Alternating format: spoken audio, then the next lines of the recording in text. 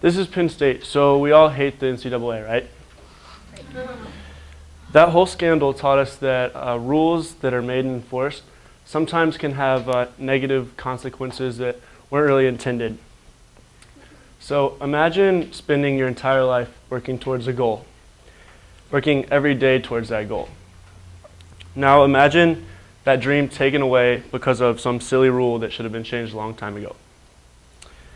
Title IX is a law that was created to remove inequality in collegiate athletics based on gender.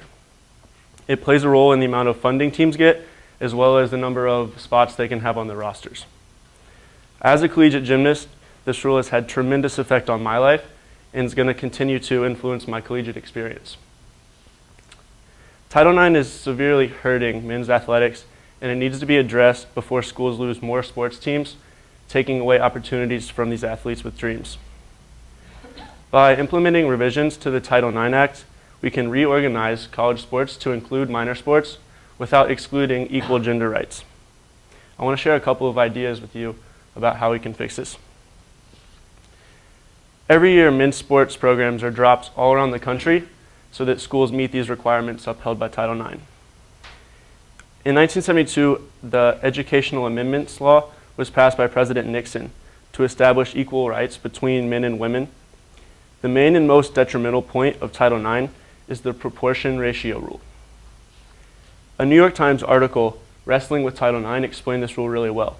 It said that if 60% of a school's enrollment is female, then 60% of the athletic programs, rosters, and scholarships must also be female. Karen Owak mentions in her article, Title IX and the Effect on Men's Collegiate Athletics, that often more females are enrolled in institutions, but there's more males vying for spots on these sports teams. The problem with that is that when a school isn't meeting its ratio, instead of adding a women's team, it's dropping men's teams. So let's go back to that example of the school that's 60% women. Say the school isn't meeting the ratio for athletics. It has two options. It can add a women's team, or it can drop a men's team. A Fox News article states that it's common to spend $100,000 per athlete per year in Division I athletics.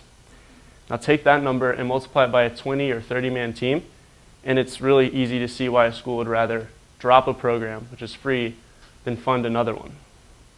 So when the men's team is dropped, that poses two questions. How is this helping women, and how is this fair to men? According to True Grit and Title IX, a New York Times article, the men's rugby team at Cal Berkeley was going to be dropped in 2011 because of Title IX.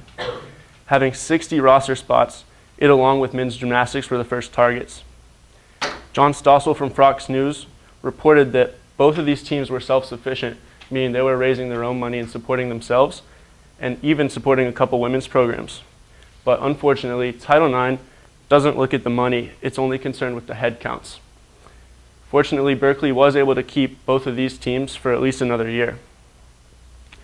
This is currently affecting several athletic teams at Penn State, including swimming, gymnastics, track and field, and may ultimately cause the end of some of these traditional sports.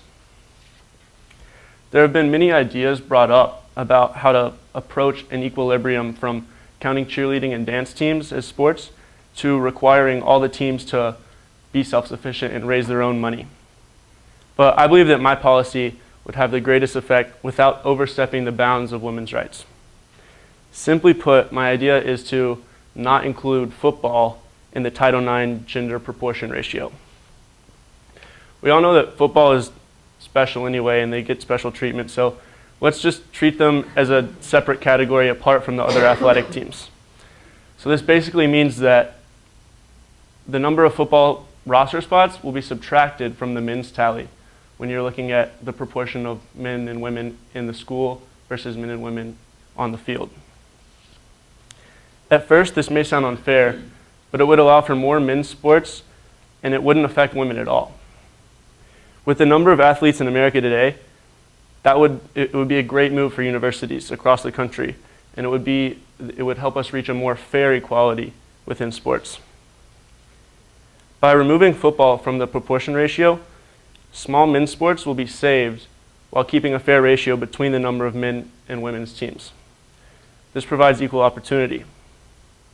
The present ruling is completely outdated and it's damaging age-old traditional sports like gymnastics and wrestling.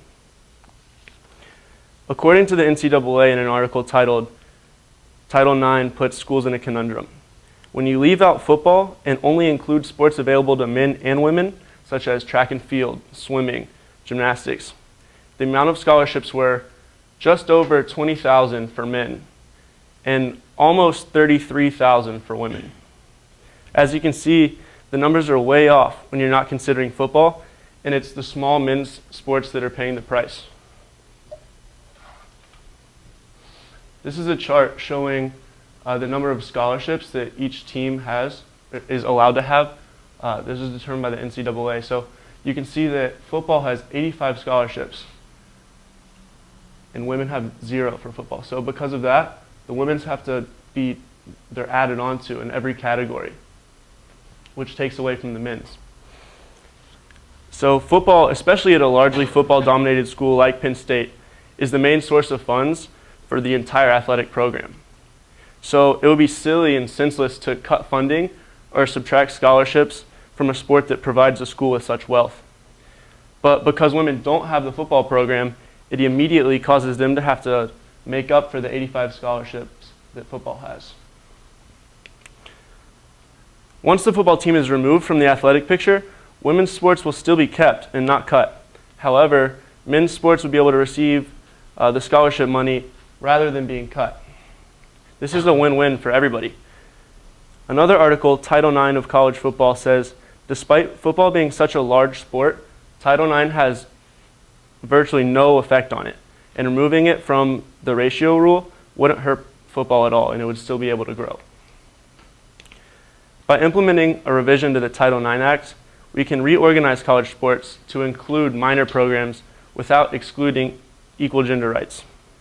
We can let the people work and play towards their dreams.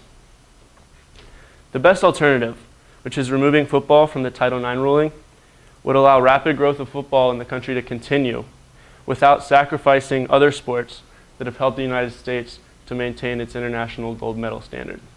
Thank you. Any questions? Question? Has Penn State ever thought about eliminating gymnastics because of this? As far as I know, no. But that's not to say that it couldn't happen in the future. Do you know is this an actual issue that the NCAA is looking into, or are they just ignoring it? I think they're just ignoring it because they're stupid. Yeah? This short up here, how do they determine how many spots are in each place? How is it fair for like rugby where you have girls and boys that boys get 0? Well, because the NCAA determines it, but because football has the 85, rugby, the men's rugby can't have equal to the women's rugby because they have to all add up. For men's and women's, they have to be equal. Yeah. Are these numbers like on average across the country, or? No, this is mandated by the NCAA. Yeah, so like my team can't have more than 6.3 scholarships. So it's like partial scholarships. Yeah, we have 6.3 split between 21 guys.